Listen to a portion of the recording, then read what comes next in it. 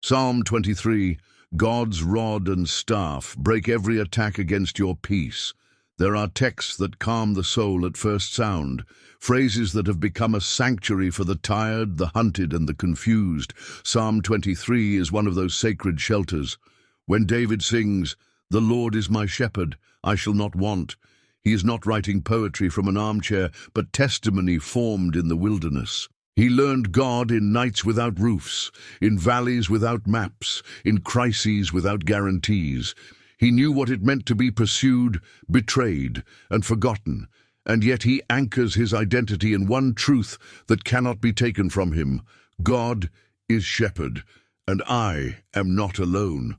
In that confession lies an unassailable peace. Peace not made of convenience, but of covenant. Peace that does not deny danger, but dethrones it. Peace that is not dependent on a season, but rooted in someone. The line, "Your rod and your staff, they comfort me," is not decorative language. It is military, pastoral, and deeply practical. The rod and the staff were the shepherd's daily instruments. The rod was a short, sturdy club, sometimes with iron or stone embedded, that the shepherd used to strike predators, probe thickets, and count sheep as they passed beneath it. The rod speaks of power, authority, correction, and protection. The staff, with its long shaft and curved crook, speaks of rescue, guidance, intimacy, and presence. The staff pulls a wandering lamb back from a cliff edge, disentangles wool from brambles, and lightly rests on a sheep's side so the animal knows the shepherd is near. Together, rod and staff form a beautiful theology. God has both might and mercy, both justice and gentleness. He is strong enough to defeat what hunts you, and close enough to hold you while he leads you home. Attacks against peace do not always arrive roaring. Some come as gnawing anxieties, as low-grade dread that hums beneath daily routines, as the relentless news cycle, as unresolved guilt, as unhealed comparisons, as the internal courtroom that never adjourns. Others are visible and violent: sabotage, slander, betrayals, unjust systems, failures and losses that crush the heart. The good news embedded in Psalm 23 is not that such realities vanish, but that they cannot rule. The Lord is not an abstract concept. He is the shepherd who steps into the geography of your day: green pastures, still waters, dark valleys, enemy tables, and governs those places with his presence. The promise is not escape from all valleys, but the enduring "you are with me" within them. The rod breaks what seeks to break you. The staff steadies you so you do not break yourself. If you have ever prayed, "God, my peace is under siege," you are in the right chapter. Psalm 23 does not train you to pretend, it trains you to proceed. It teaches the art of moving through, not just around. It moves from third-person confession, "He leads me, he restores," to second-person intimacy, "You are with me, your rod, your staff." When fear tries to own your name, the psalm moves you closer to God's voice. You stop narrating God at a distance and begin conversing with him in the valley. That shift is not stylistic, it is salvific. It is the road by which peace becomes more than theory. The rod answers the external storm, the staff answers the internal trembling. Together they establish the unshakable truth that peace is not the absence of pressure, but the presence of the shepherd who carries authority over your path and affection for your soul. So as you read, do not rush the lines. Let each phrase become a posture. When David says, "I shall not want," he is drawing a boundary around scarcity's power to terrorize you. When he says, "He restores my soul," he is asserting that brokenness is not your final address. When he says, "I will fear no evil," he is not denying evil's existence, but denying its dominion. And when he says, "Your rod and your staff, they comfort me," he's telling you that God brings both decisive action against darkness and tender guidance for your steps. If your peace has been attacked, Psalm 23 invites you to hold still long enough to feel the tap of the staff on your side and to hear the thud of the rod against what hunts you. You are not defenseless, you are defended. You are not directionless, you are directed. The shepherd is not evaluating you from a distance. He is escorting you through the valley. The shepherd's presence that dismantles fear. Peace collapses when presence is questioned. The first strategy of fear is isolation, convincing you that you are alone, unseen, and unsupported. Psalm 23 counters with a grammar of nearness. Notice the pivot. The psalm begins with he, but in the valley it becomes you. The darkest geography produces the deepest intimacy. Many of us believe God is a good administrator of green pastures, but not a reliable guide in shadows. We expect him in the sanctuary, not in the choke points. Yet David's testimony is that God specializes in the valley shift. The shepherd is not merely a concept for comfortable seasons. He is a companion for contested ones. His presence is not a footnote, it is the foundation. "You are with me" is not a whisper of wishful thinking. It is a verdict. It overturns the accusations made by your circumstances and the narratives spun by your fears. To understand how presence dismantles fear, imagine the rod and staff not as props, but as extensions of the shepherd's being. The rod represents his authority, judicial and protective.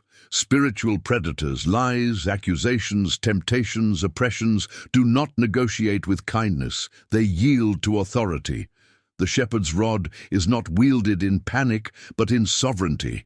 He does not swing at shadows. He strikes what threatens, distinguishes between your confusion and your calling, and shatters the cycles that pretend to be permanent. The staff represents his proximity, guiding, correcting, and gathering. With a gentle crook, he rescues you from edges you didn't notice, from entanglements you called normal, and from detours that felt like freedom. Presence means you don't have to self-shepherd through bewilderment. You are under someone's care, who knows the terrain and knows you. Fear thrives on distance and ambiguity. It tells you, God is far, you are on your own. Presence answers, I am here, keep walking. Fear inflates the valley, turning a passageway into a prison. Presence restores proportions, reminding you that the valley is a corridor, not a coffin, a place you go through, not a place you live in. Fear manipulates your imagination, sketching worst-case futures in vivid color. Presence engages your memory, reminding you of past deliverances you didn't orchestrate and present mercies you didn't earn. The shepherd's presence interrupts fear's broadcast. Where fear says, look how dark it is, the shepherd says, look where I am. Where fear says, you won't survive this, the shepherd says, I have walked this path before you. Presence is not passive. It is aggressive peace. It pushes back the perimeter of terror and restores your capacity to choose righteousness under pressure. Consider how the staff works in detail. Sheep can be led but not driven like cattle. They respond to voice and touch. The staff allows the shepherd to guide without wounding, to signal without shouting, to correct without crushing. When the staff lightly rests on a sheep's side, the animal senses both direction and assurance. This path is narrow, but my shepherd is navigating it with me. Translated into your life, the staff is the Spirit's inner guidance, the gentle nudge to forgive instead of retaliate, to rest instead of spiral, to tell the truth instead of curate an image, to wait when impulse screams now. That guidance is not vague. It is particular to your valley, this relationship, this diagnosis, this deadline, this loss. The staff's touch says, you are not left to invent wisdom, you are led into it. Now consider the rod's function. The shepherd's rod is not a decoration, it is a weapon. In the ancient Near East, a shepherd trained to use the rod with precision, hurling it to startle a predator or striding into close combat to strike. Spiritually, the rod symbolizes God's word and his righteous rule. It breaks lies at the root by telling the truth with power. When accusation rises, you have failed too deeply to be restored. The rod answers with covenant. Where sin increased, grace abounded more. When the spirit of fear hisses, you are unprotected, disaster is inevitable. The rod asserts promise. No weapon formed against you shall prosper, not as a slogan but as a legal reality under divine authority. The rod does not negotiate with darkness, it terminates its claims. It is not your anger clenching a fist, it is God's justice closing a case. Presence does not remove the valley. It removes illegitimate ownership of the valley. You will still feel the terrain, its constriction, its ambiguity, its deafening echoes, but you will not be owned by it. The shepherd's presence transforms the acoustics. In the open field, you might confuse your own ambitions with God's leading, but in the valley the echoes are different. You become attentive. "You are with me" becomes the metronome of courageous obedience. Courage here is not bombast, it is consent to be guided. It is choosing not to sprint toward false exits, nor to collapse where the path narrows. It is the humility to admit, I cannot see enough to lead myself, but I can trust enough to be led. This humility is not weakness, it is alignment. It's how peace returns, not as anesthesia, but as authority. The authority of being ruled by love rather than driven by fear. Attacks against your peace often exploit fragmentation, dividing your mind from your heart, your convictions from your habits, your Sundays from your Mondays. Presence integrates, the staff reunites intention and action. The gentle tug away from the cliff becomes a practiced detour in your calendar. The rod reunites truth and courage. The reality God declares becomes the basis for boundaries you enforce. Presence does not only soothe, it structures. That is why David moves fluidly from poetry to posture. He makes me lie down. He leads me beside still waters. He restores my soul. He leads me in paths of righteousness. The verbs are steady and sovereign. God is not reacting to enemies. He is leading you through environments. Peace returns as you accept leadership. Under presence, you do not merely survive the valley, you inherit a wiser rhythm, one that will guard your peace in future fields. The shepherd's presence also reorders your imagination. Fear imagines disaster. Presence imagines faithfulness. David imagines a table prepared in the presence of enemies, not because he is naive, but because he has seen this shepherd feed multitudes in scarcity, provide manna in deserts, water in rocks, oil in drought, and favor in unfair rooms. Your imagination, under fear, becomes a false prophet. Under presence, it becomes a sanctuary of expectation. You begin to anticipate guidance when you used to anticipate confusion, to expect provision where you used to rehearse lack, to look for restoration where you used to prepare for ruin. Presence trains you to look for the staff in the fog, where is the gentle nudge? And to listen for the rod in the thicket, where is the decisive strike of truth? Finally, presence answers the accusation that you must master the valley before you can have peace. The shepherd does not demand mastery, he provides mastery. He does not say, become your own shepherd. He says, know my voice. Peace is not the prize for the flawless, it is the inheritance of the led. Every time you sense the staff's nudge and refuse the cliff, every time you trust the rod's verdict over the hiss of accusation, every time you whisper, you are with me, louder than the circumstances, the attack against your peace breaks a little more. It shatters not because you are impressive, but because the shepherd is present.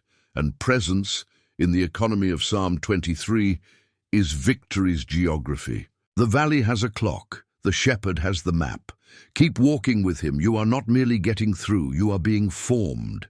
Your heart is learning a new default, not panic, but proximity, not dread, but dialogue, not exile, but escort. This is how the rod and staff comfort you, not with abstractions, but with a practiced nearness that reclaims your path, your pace, and your peace.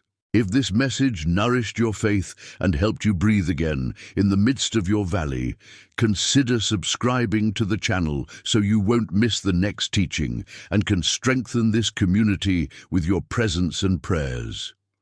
The valley is not the only terrain where the shepherd's ministry overturns the attack against your peace. The ordinary path is also a contested place, because peace can be lost in routine just as surely as it is assaulted in crisis. The Psalms' quiet verbs, he makes, he leads, he restores, he leads again, do not describe moments of spectacle, but the hidden choreography of a guided life, where rod and staff are not occasional interventions, but constant companions. The attack in ordinary time is subtle, the erosion of attention, the leak of resolve, the fog of low desire that makes righteousness feel like an obligation rather than a path that fits your soul. The shepherd answers by restoring, and restoration is not merely a feeling of being better. It is the reconstitution of what was fragmented and the resynchronization of your life with its intended cadence. When he restores your soul, he is not handing you a brief holiday from heaviness. He is repairing foundations, sealing the cracks where cynicism pooled, cleaning the lenses through which you perceive God, yourself, and others. The staff's guidance in such seasons is often a quiet insistence. Lie down, drink deeply, get up, walk here, pause now. The rod's authority is just as present, not to bruise you for being weary, but to protect the work of restoration from the small foxes that spoil vineyards, compromises that pretend to be harmless, narratives that pretend to be practical, bitterness that pretends to be wisdom. Peace is attacked whenever a false shepherd auditions for leadership of your desires. The heart is a pasture with many voices on its fences, each calling your name with promises of clarity or comfort. If you surrender to this urgency, you'll finally feel secure. If you curate this image, you'll finally be accepted. If you compromise this boundary, you'll finally be loved. But false shepherds never mean to lead you. They mean to lease you, renting your attention for a season and returning you emptier. The true shepherd leads you in paths of righteousness for his name's sake, which means the route he chooses for you is calibrated both for your good and for his glory. It will fit you better than disordered longings, and it will display him better than frantic striving. The staff often communicates this fit with a slight pressure to the left or right, an inclination to forgive where resentment tries to argue its case, a prompting to confess where secrecy promises false safety, an invitation to rest where overwork poses as responsibility.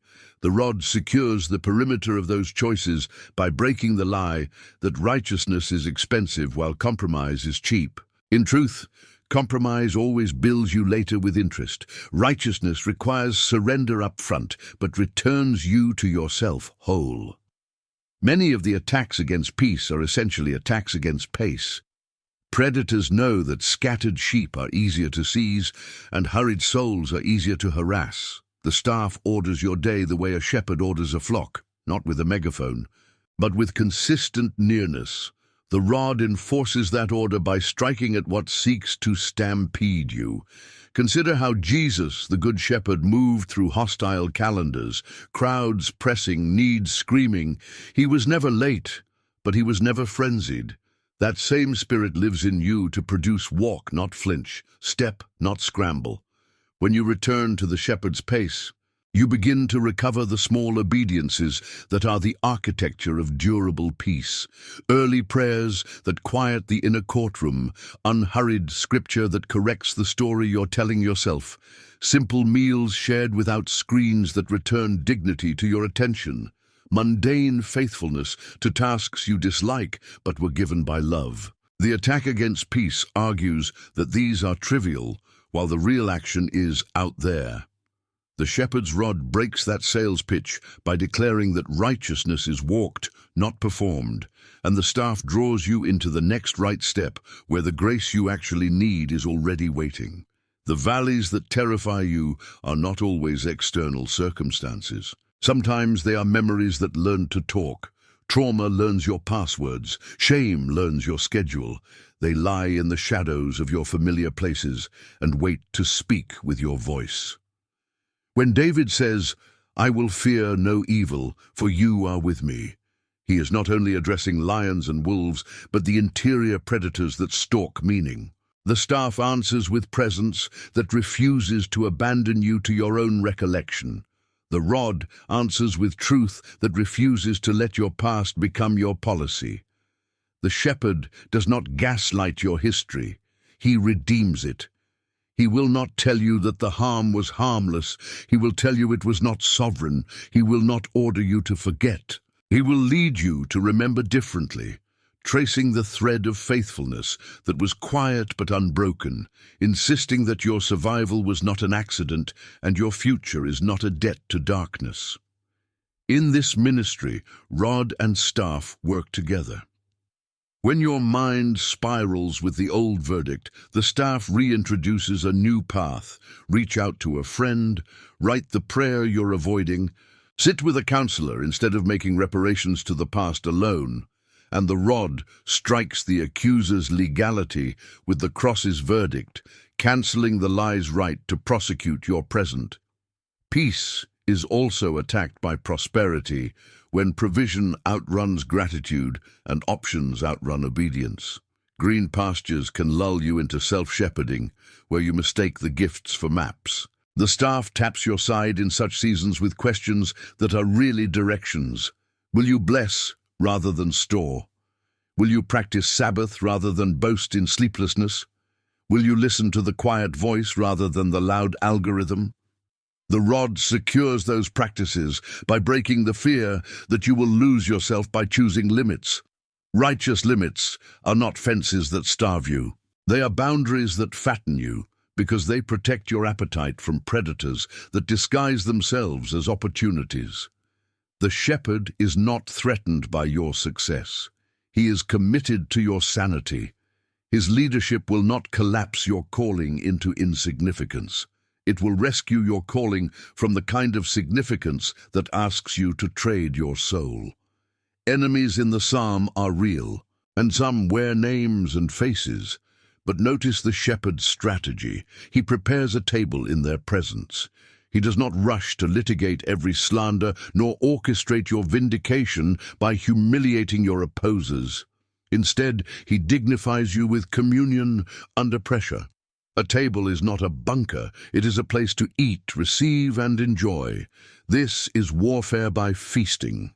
Resistance by resting in favor you did not secure.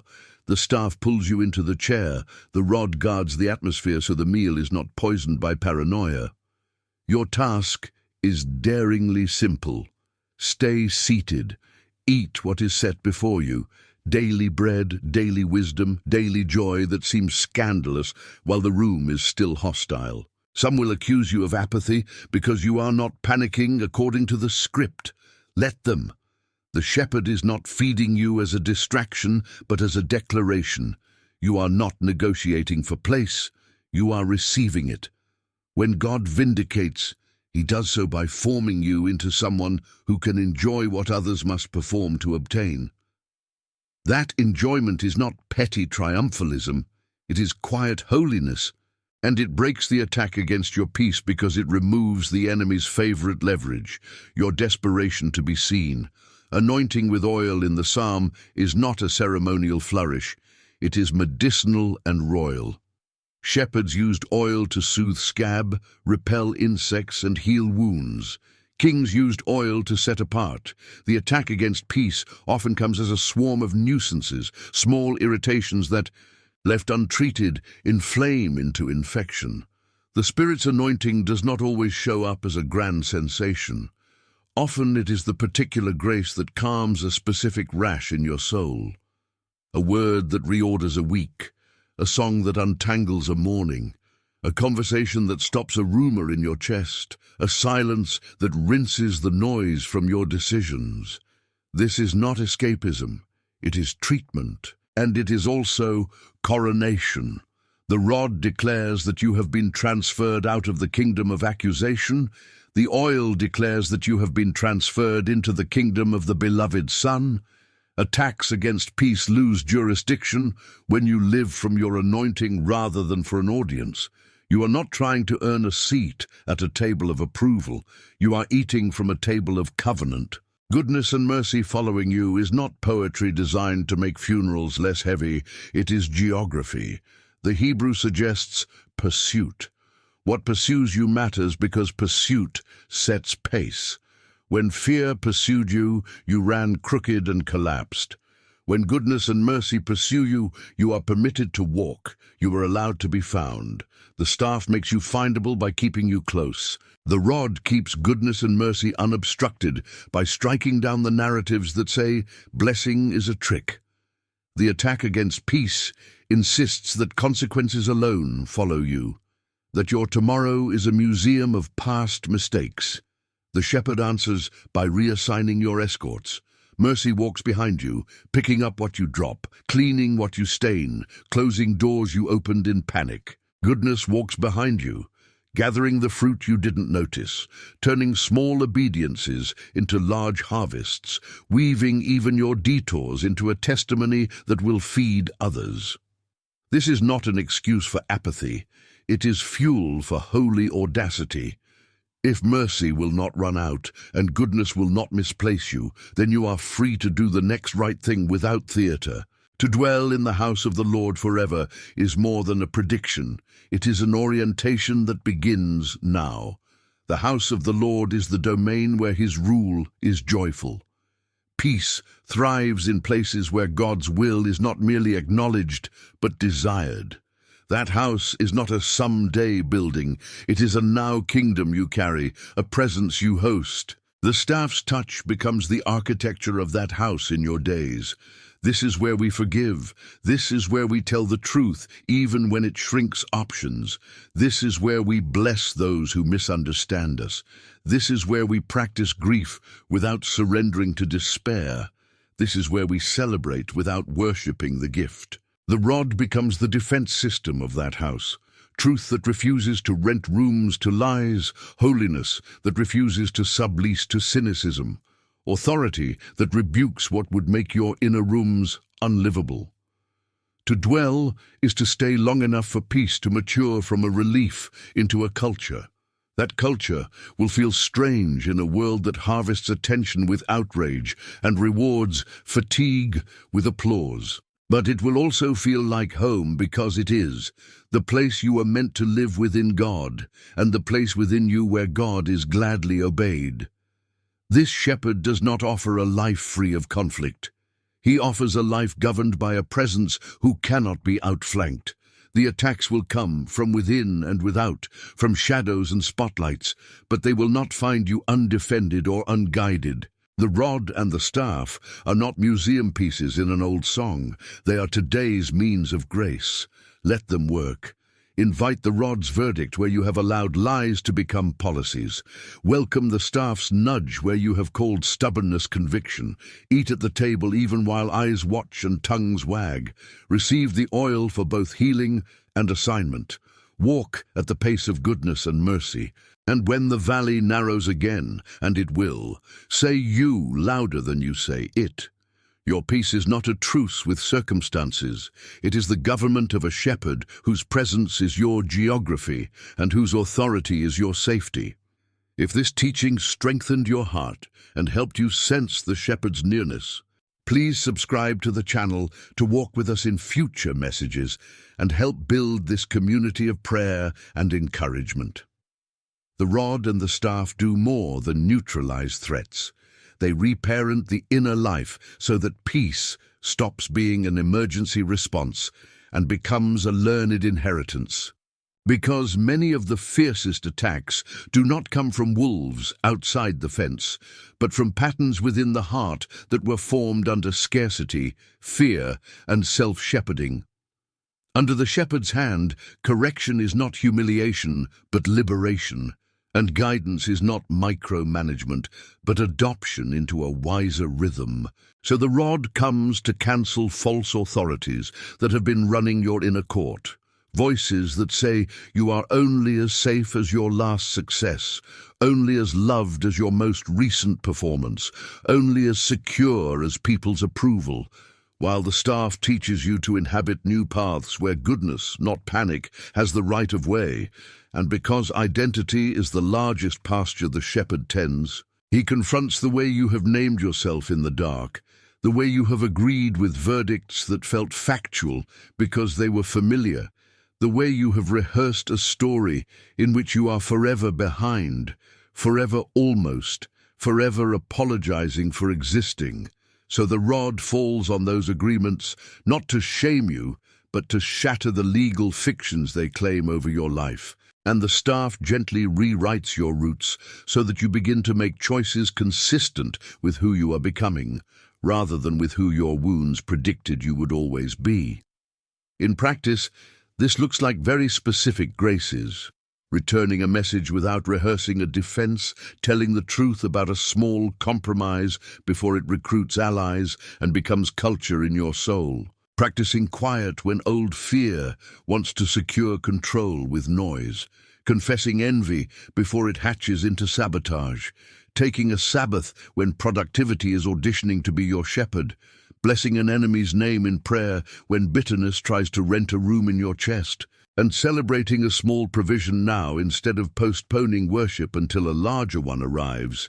Each of these is a staff nudge that keeps you from the cliff's edge, and at the same time, a rod verdict that breaks the enchantment of the old narrative that insists survival requires scheming. The shepherd is not trying to turn you into a lamb who never leaves the barn, but into a worshipper who can traverse wild terrain without importing the wilderness into the heart, which is why he insists on paths of righteousness for his name's sake. Righteousness is not a moral performance for spectators, but the terrain where his presence is easiest to sense, and peace is most sustainable. Because righteousness aligns your gait with his voice and puts distance between you and the ambushes you use to mistake for opportunity. And when the assault comes as delay, prayers that seem unanswered, doors that seem sealed, the rod answers by declaring that delay is not denial when the shepherd is still leading, while the staff stabilizes your step so that waiting becomes formation rather than corrosion, since the valley's calendar does not govern the shepherd's faithfulness. And to believe that is to discover a new kind of courage, the kind that cooks meals, writes thank you notes, takes walks, studies scripture without hunting for instant thunder, pays bills on time, and refuses to call cynicism wisdom. Because you have decided to live as if goodness and mercy are in fact pursuing you even when you cannot yet hear their footsteps. And when the assault comes dressed as options, because sometimes abundance is louder than lack, the shepherd trains your palate so that you can recognize which table is yours. And here the imagery of "you prepare a table before me in the presence of my enemies" becomes intensely personal. God is not only feeding you while you are watched, he is feeding you things that are good for your calling, courses seasoned with courage, humility, clarity, and clean joy. And the rod guards the meal from contamination by rebuking the superstition that says you must eat from every plate offered or you will miss your destiny, while the staff invites you to linger where you used to sprint, to taste where you used to swallow whole, to savor where you used to scroll, and in that lingering you become hard to hustle and thus hard to harass. And when shame tries to interrupt the feast by reminding you of the wounds you hid, the anointing oil appears again, not as a glamorous ceremony, but as tender medicine on places you stopped touching, because the shepherd is not embarrassed by your healing process. He is committed to it, and he will not rush you out of the chair to prove to onlookers that you are over it. He would rather teach you to eat slowly in front of enemies than to dance quickly in front of friends, because slow eating in a hostile room trains a defiant peace. You are learning to receive under pressure, to rest without denial, to enjoy without gloating, to bless without bartering. And then there is the matter of memory, for attacks against peace often carry archives. And archives come with editors, and without the shepherd you become a captive to your own editing suite, looping old scenes, muting God's lines, splicing together worst-case outcomes. So the rod speaks as final editor, striking through the captions that accuse God of absence, where, in truth, his footprints carried you. And the staff restores the authentic timeline by bringing you back to altars you forgot you built, small stones of help you once named but no longer visit. And as you revisit them, gratitude interrupts the algorithm of dread that has been running in the background of your thinking.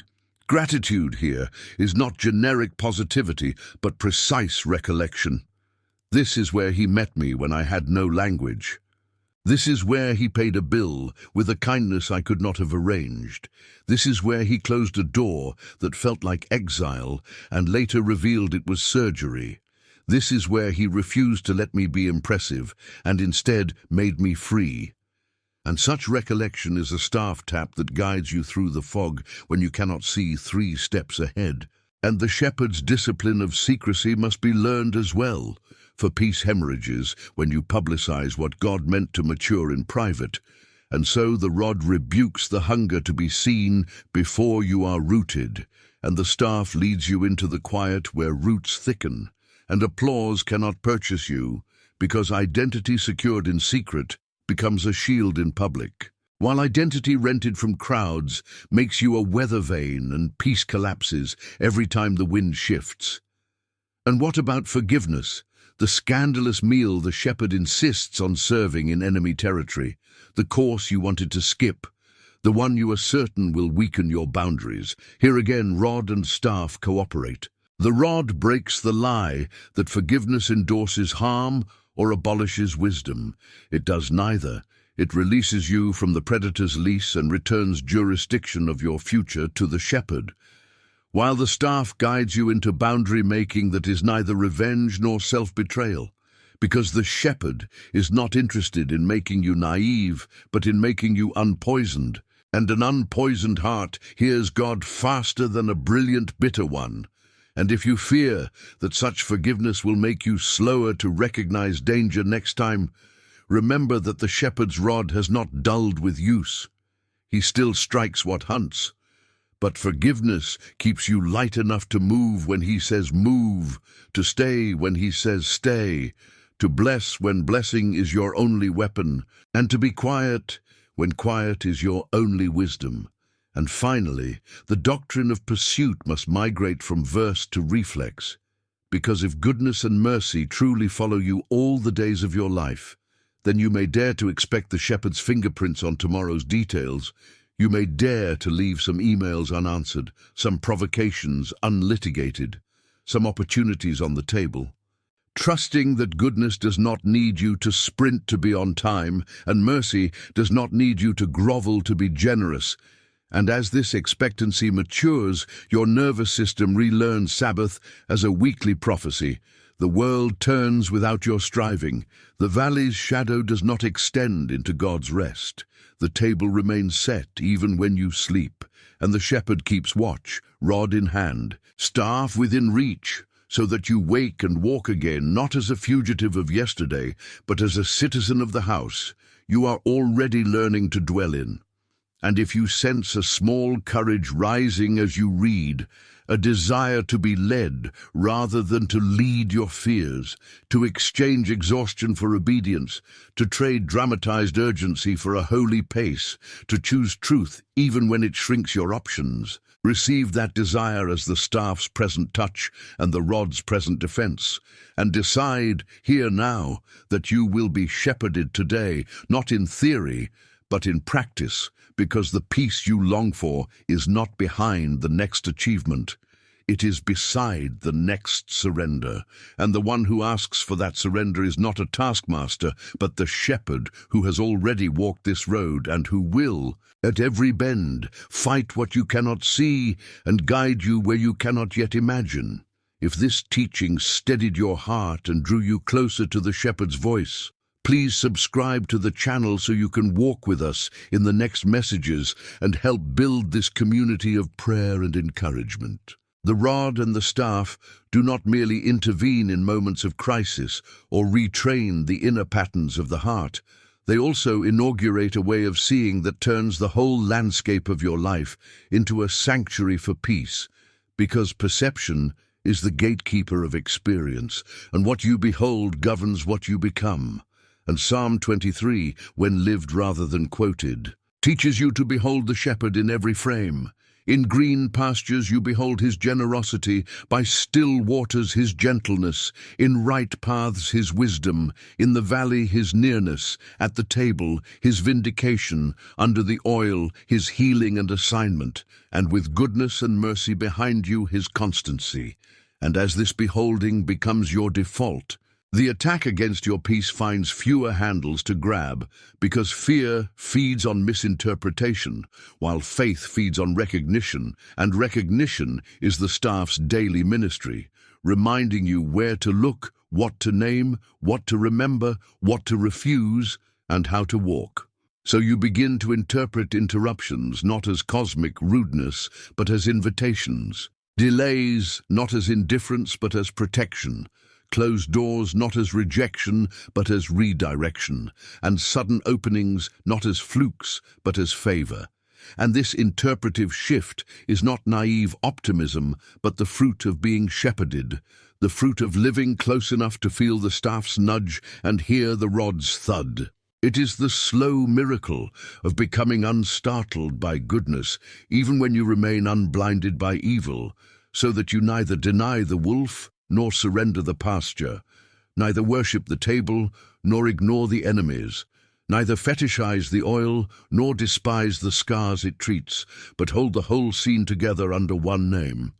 You are with me, which is the sentence that steadies the blood, stills the breath, and retrieves the mind from furnaces of speculation.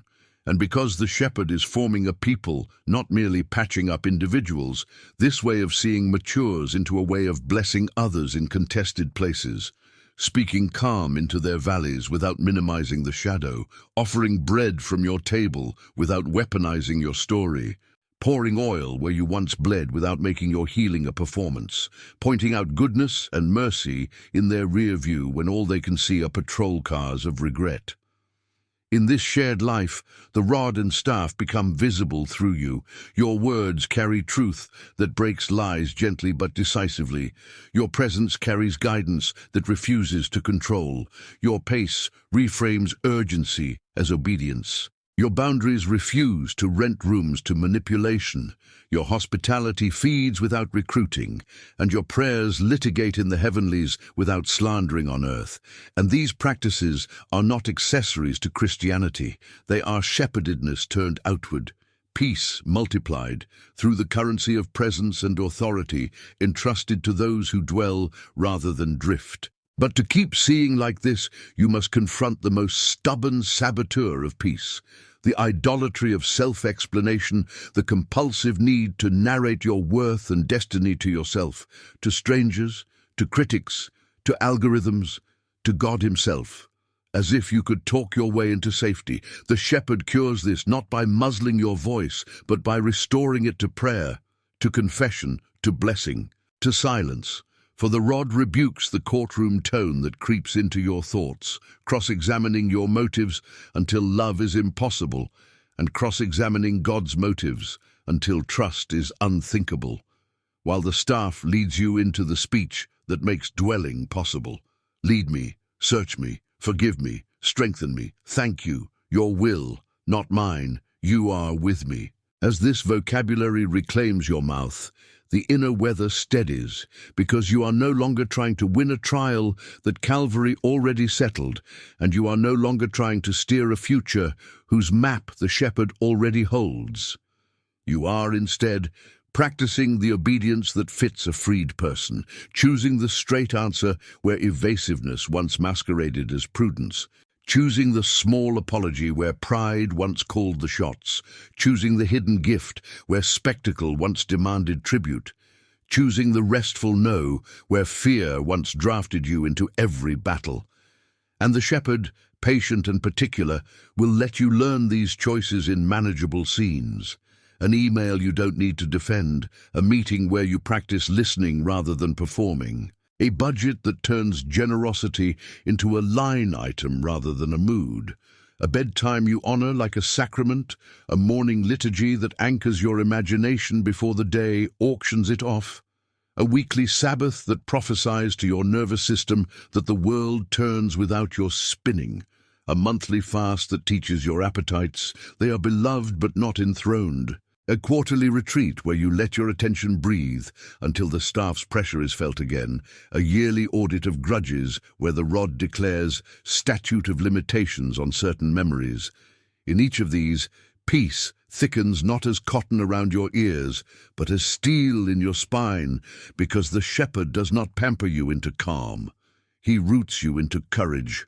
The kind that can weep without losing wonder, can wait without losing appetite, can work without losing worship, can be misunderstood without losing mercy. And since the psalm dares to set a table in the presence of my enemies, you must learn to eat under watch, which is to say you must learn to receive grace in uncurated conditions, to enjoy God while criticism is live, to savor wisdom while outcomes remain undecided, to laugh at something delightful while the inbox still threatens, to sing when nothing in the spreadsheet predicts provision.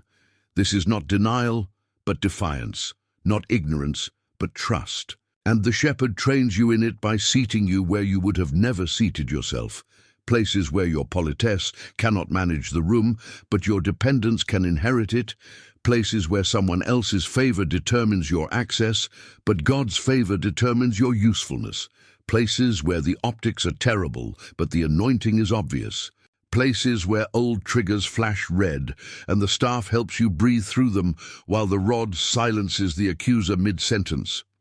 If you accept this training, you will discover the rare freedom of being unhurried in hostile spaces, of answering softly when provoked, of declining the invitation to dramatize your loyalty, of declining also the counter-invitation to prove your strength by cynicism. Because the shepherd is making you immune to two equal and opposite tyrannies, the tyranny of applause and the tyranny of attack. Neither will be your diet, neither will be your oxygen, because you eat from another table and drink from another cup, one that runs over not because you guzzled fast enough, but because the host is generous. There remains the matter of goodness and mercy pursuing you, which is not merely sentimental reassurance, but an operational truth meant to be turned into decisions. For if mercy is really on your heels, you can risk telling the truth today rather than editing your story for a later court. And if goodness is really collecting your days, you can risk the next right thing rather than the next impressive thing. You can risk being small and accurate rather than grand and hollow. Risk being consistent rather than viral. Risk being faithful to 5 people rather than famous to 500 strangers. Risk building a craft instead of harvesting attention. Risk blessing the person in front of you instead of broadcasting the person you wish you were.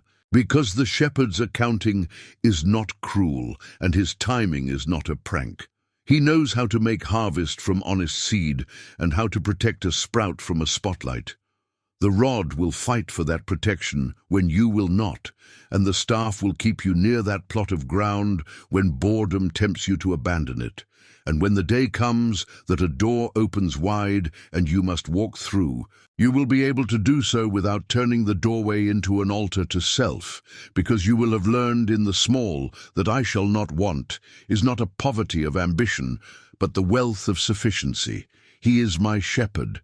There is enough guidance, enough provision, enough time to obey, enough grace to begin again, enough love to cast out fear. If all of this sounds like a long obedience, that's because it is. Psalm 23 is not a mood, but a migration, not an event, but a habitat. And the rod and staff are not emergency tools, but household instruments in the place you are learning to dwell. You will not always feel their work, but you may trust it. The rod striking where flattery would rather you ignore, the staff nudging where stubbornness would rather you freeze, the table waiting where exhaustion would rather you hustle, the oil healing where shame would rather you hide, goodness retrieving what you dropped, mercy washing what you stained, and the shepherd, unblinking, walking you through shadows he has already mapped, toward a house he has already prepared, teaching you the sentences that survive every season. The Lord is my shepherd. You are with me. I will dwell, until those sentences become instincts and those instincts become peace, and that peace becomes your witness in a world that confuses noise for power and panic for importance. And as you breathe here, perhaps for the first time in a long time, let this be your quiet vow: I will be shepherded today. I will look for the staff before I look for a scheme. I will rely on the rod before I recruit resentment. I will eat what grace serves instead of bargaining for a different menu. I will keep the calendar of rest as an act of war. I will tell the truth with tenderness and keep my heart unpoisoned. I will let goodness and mercy do their work behind me while I do mine before the face of God. And if I stumble, I will rise not by swagger, but by being found. Because the one who keeps Israel neither slumbers nor sleeps, and the one who keeps me will not outsource my protection to my performance. If this teaching nourished your faith and steadied your steps, please subscribe to the channel so you can walk with us in the next messages and help build this community of prayer and encouragement. The promise that I will dwell in the house of the Lord forever is not a decorative finale to a beloved psalm, but the destination toward which the rod and the staff have been quietly steering you all along. Because dwelling is the opposite of drifting and the end of being outsourced to fear. It is the recovered home of a heart that has handed back the keys to the shepherd and found in his rule the very atmosphere where peace is native. And if you listen carefully, you will hear how every scene in Psalm 23 is already training you to live there now. Green pastures are the practice of sufficiency. Still waters are the practice of unhurried trust. Right paths are the practice of obedient clarity. The valley is the practice of fearless proximity. The table is the practice of communion under pressure. The oil is the practice of healed belonging. Goodness and mercy are the practice of retrospective worship. And dwelling is the practice of continuity. Peace that isn't a weekend rental or a conference souvenir, but the sustained climate of a life joined to its shepherd. And dwelling, when it becomes your orientation rather than an occasional visitation, rearranges the way you treat time, because you no longer measure a day by how well you defended yourself, but by how readily you remained led. No longer rank a week by its applause, but by its fidelity to the voice that touched your side and said left when habit said right, stop when ambition said faster, forgive when grievance said gather evidence. And in that rearrangement, the rod and staff continue their twin mercies. Rod breaking the old contracts you signed with scarcity in anxious hours, staff escorting you into rooms you might have avoided because you feared how small you would feel. Rod refusing the gloomier prophecy that says nothing will change, so there is no use trying. Staff tutoring you in the small present tense where you can actually obey today and therefore actually harvest tomorrow. Rod contending in the unseen for a jurisdiction you cannot defend by charisma. Staff making wisdom tactical, so the next text you send, the next tone you choose, the next dollar you give, the next boundary you keep, become bricks in the house where you will dwell. And because to dwell is to possess a stable center, you begin to bless the world from that center rather than chase the world to borrow a center, which means your work becomes an altar instead of a stage. Your friendships become covenants instead of contracts for comfort. Your family table becomes a liturgy instead of a negotiation. Your private thoughts become a garden instead of a courtroom. Your suffering becomes a furnace for future consolation instead of a forge for future control. And your waiting becomes a rehearsal for worship instead of a warehouse for worry. And all of that has the sound of the staff on your side and the feel of the rod clearing brush from the trail. And when enemies circle again, and they will, because dwelling is not a relocation out of conflict, but a reallocation of authority within it, you will not spend as much time auditioning for their approval or writing speeches to their shadows. Because the shepherd's table has rewired your appetite, and the cup he keeps filling has trained you in a different chemistry where joy is legal, even when the metrics refuse to cooperate, where grief is honorable without becoming the new law of your land, where courage is quiet and stamina is sacred. And you discover how free a person becomes when their feast is sourced from a host who is never stingy and never late. For a heart like that, vindication becomes a byproduct, not a goal, and boundaries become worship, not retaliation, and generosity becomes strategy, not spectacle, and patience becomes intelligence, not passivity. And the way you carry peace becomes an argument others cannot easily dismiss because it outlasts their provocations and outlives their cycles. And in every instance you can sense the old shepherd's fear, image, urgency, trying to reclaim the lease. But the rod closes that case while the staff walks you on, because the shepherd refuses to let your story be narrated by what once owned you. Dwelling has a geography but also a grammar. Sentences that the Spirit writes into your reflexes until they come out of you without rehearsal. The Lord is my shepherd, I shall not want, becomes a decision about budgets, ambitions, and appetites. He makes me lie down, becomes a protected Sabbath, a bedtime kept, a morning surrendered. He leads me beside still waters, becomes a phone silenced for prayer, a walk taken for listening, a Bible opened without a stopwatch. He restores my soul, becomes therapy without shame, confession without theater, friendship without barter. He leads me in paths of righteousness for his name's sake, becomes a yes that costs and a no that frees. Even though I walk through the valley of the shadow of death, I will fear no evil, becomes the tone of a diagnosis room and the posture in a downsizing meeting. You are with me. Your rod and your staff, they comfort me. Becomes the way you hold your body in an argument, the way you breathe in a traffic jam, the way you answer a rumor.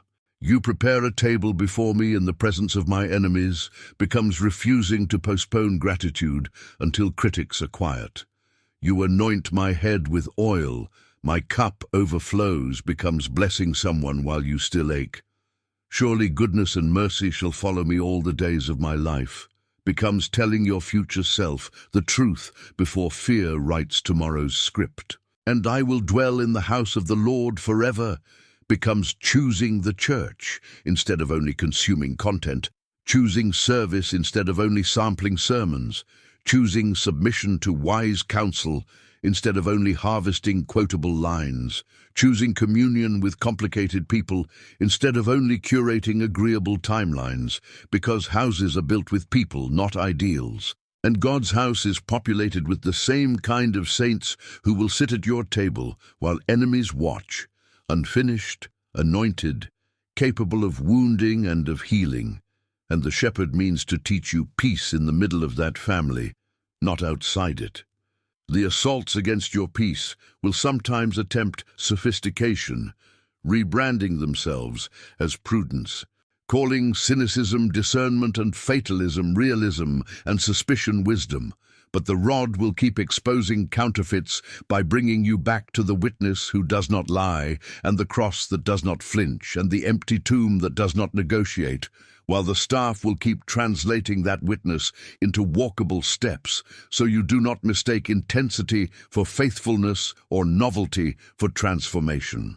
And when the attack is simply noise, news that monetizes adrenaline, markets that certify anxiety, timelines that gamify outrage, the shepherd's pace will prove itself again, because sheep do not outrun wolves by frenzy. They outlive them by following, and following over years, produces an interior architecture that predators cannot huff and puff away. A mind that has learned to open windows toward the hills from which your help comes. A memory disciplined to catalogue deliverances rather than disasters. An imagination trained to expect manna in unlikely mornings and water in stubborn stones. A will willing to be led through narrow places without calling them prisons. A tongue versed in gratitude before complaint rehearses its monologue. And no, none of this is achieved by gritting your teeth or pretending your biology is a suggestion. For the shepherd who made bodies knows how to shepherd bodies. Teaching you to sleep when you'd rather research doom, to eat sanely when you'd rather make hunger your penance, to move your limbs when you'd rather freeze, to weep without apology when you'd rather split into functionality, to laugh at small gifts when you'd rather prejudge the day unworthy of joy, and to breathe as a prayer when words feel like gravel. These are not minor things. They are staff habits for dwellers, and in them the rod keeps the jackals of self-contempt from taking over the yard. There will be seasons when the valley seems to stretch beyond what your maps imagined, when the table feels like rumor and the oil like a story for someone else's head, when goodness and mercy feel like polite phrases and dwelling like a lease you can't afford. In those seasons, the shepherd does not change strategies, but deepens intimacy.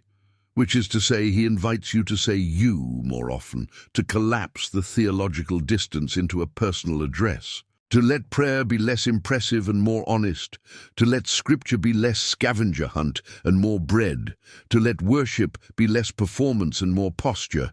And right there, in the unimpressive fidelity of another day, you will hear again the touch of the staff and the authority of the rod.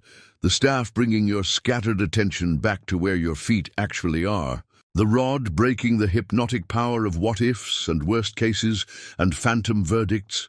You will eat again, perhaps in small mouthfuls that nevertheless keep you from fainting. You will be anointed again, perhaps in an ordinary conversation that relieves a pressure headache your soul has been nursing. You will notice again that the rear view is kinder than your forecast dared. That mercy really did clean up another mess, that goodness really did grow in a field you stopped visiting, and you will take that as permission to live like a citizen of the house you will one day inhabit without interruption. Patient with process, allergic to pretense, faithful with little, ready to bless, not easily scandalized by weakness, not easily seduced by spectacle, hard to hire with flattery, impossible to fire with scorn. A pilgrim with the calm of a resident because the presence has become your address. So let the final movement of this psalm become your present resolve. Dwell today. Plant your attention where the shepherd is already working. Give your consent to be led through ordinary doorways that do not trend, but do transform. Practice famine resistance by eating at the table set for you rather than at the buffet of distractions. Welcome the oil on old scars and new callings. Let goodness and mercy collect your loose ends, instead of trying to sprint back to pick them up. Speak to God in the second person until the valley loses its jurisdiction and the house regains its allure. And when you fail, and you will, fail like a sheep, not like an orphan. Bleat, don't brand yourself. Return, don't rebrand your exile as enlightenment. Be found, don't franchise your wandering, because your shepherd is not compiling a case against you. He is composing a life with you. And his rod and staff are not exhibits A and B in a prosecution, but instruments in a symphony. He refuses to stop conducting. And when the final valley is walked, and the last enemy silenced, and the long obedience completes its orbit, you will discover that your whole journey has been an apprenticeship in belonging, an education in presence. And your peace will not be a trophy you hold up, but the air you have learned to breathe forever. If this closing message anchored your heart and helped you choose the shepherd's presence over the noise again, please subscribe to the channel so you can keep walking with us and help strengthen this community of prayer and encouragement.